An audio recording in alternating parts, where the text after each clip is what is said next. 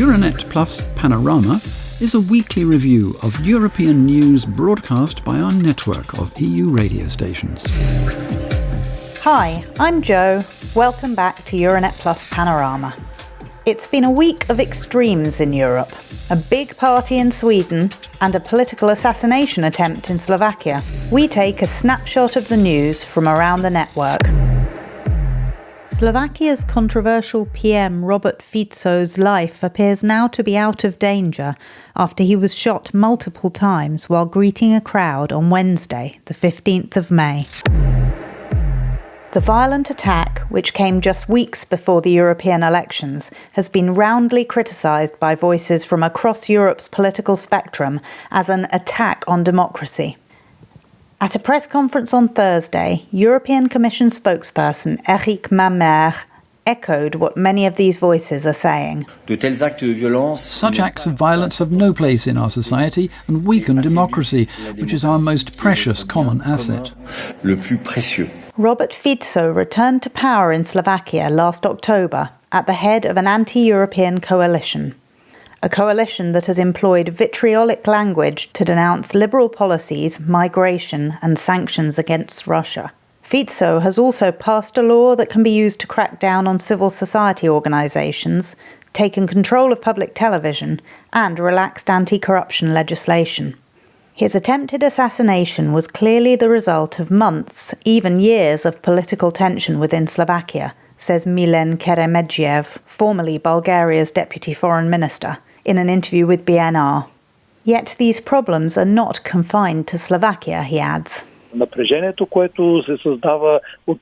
tension that is created by anti-immigrant sentiments and by sentiments for and against the European Union's aid to Ukraine is beginning to escalate to unprecedented levels. This rhetoric is not unique to Slovakia. It can be seen across Europe and will be a key element of these elections. Indeed, according to figures provided by Germany's Federal Criminal Police Office, the number of politically motivated attacks on elected representatives or political activists in Germany has almost doubled in the last 5 years. And there are shocking cases in other member states too, including France and the Netherlands.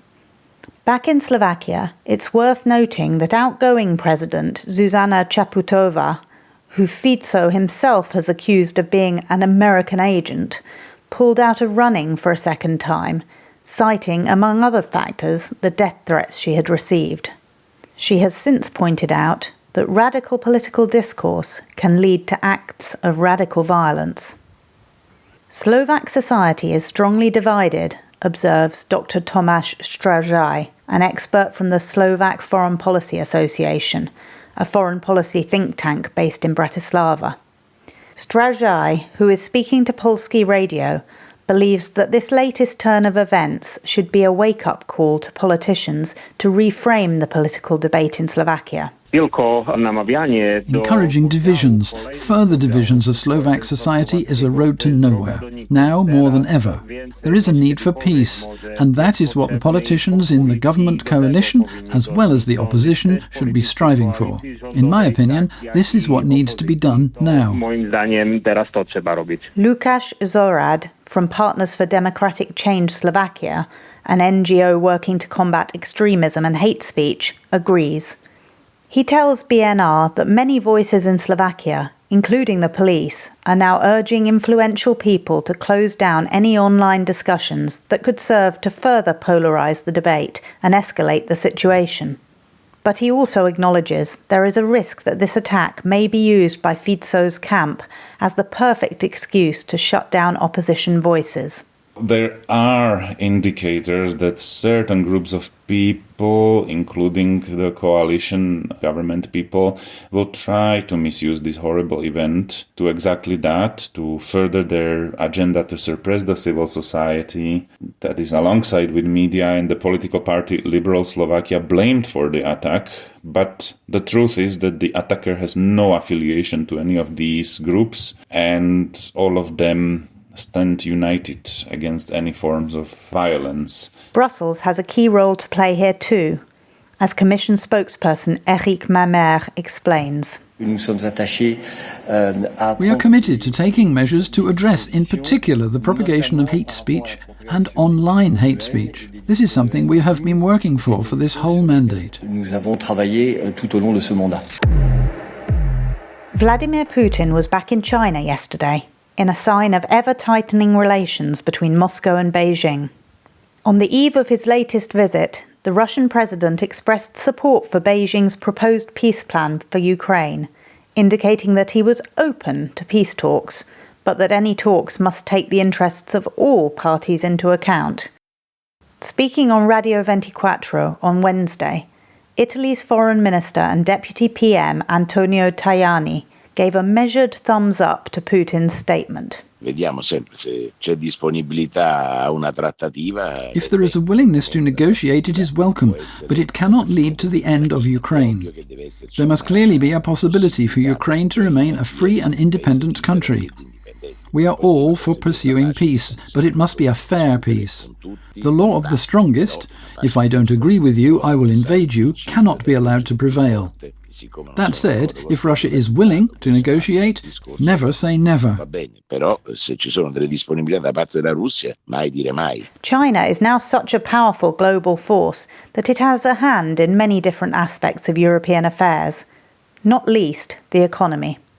Last summer, the Foreign Subsidies Regulation, or FSR, entered into force. These rules enable the Commission to address price distortions caused by foreign subsidies. The aim is to ensure a level playing field for all companies operating in the single market, wherever they are based. Maiva Ruta, the Commission's Deputy Director General for the Internal Market, Industry, Entrepreneurship and SMEs, and a member of the board at the European Investment Fund, tells Cuckoo Radio that an investigation launched by the Brussels executive in April proves that the FSR is already achieving what it set out to do. Loomulikult on Hiinal ka arusaadavaid konkurentsieeliseid tulenevalt. Of course, China has understandable competitive advantages due to the fact that it has built large automated factories. But we must be vigilant that we do not allow our market in Europe to be taken away from us simply because these products include subsidies that are not actually in line with the trade rules. This is where we in Europe have taken an increasingly clear line. There was the example of Romania and Bulgaria, one wanting to buy rolling stock for the railways and the other wanting to buy solar panels through public procurement. In both cases, Chinese companies came in at very low prices. With this new regulation in place, the European Commission has the right and the duty to investigate. We sent an inquiry to those Chinese companies, and on the basis of that inquiry alone, the Chinese companies withdrew their bids from these tender processes. We therefore had good reason to make those inquiries, and there was clearly a reason they withdrew their bids.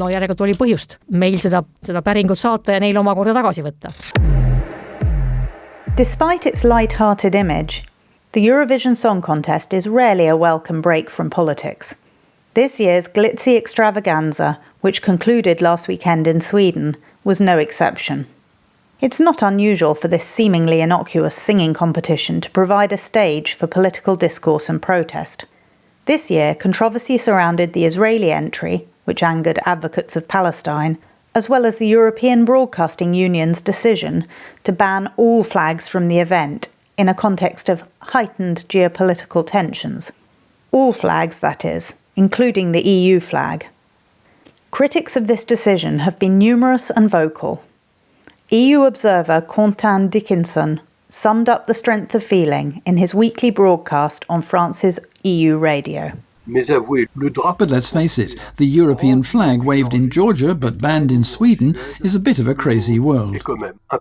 Our German partner station AMS shares a statement made by Commissioner Margaritis Skinas on this much-debated decision. On a broader note, I think that no one can really question whether the European flag reflects what we Europeans stand for, the model of society we represent, the values that guide our coexistence. And this is not just us, EU members. The flag is proud flag of all Council of Europe members. So there is a broader legitimacy. So we'll close there. Do come back next week for another look at the news from a Euranet Plus perspective.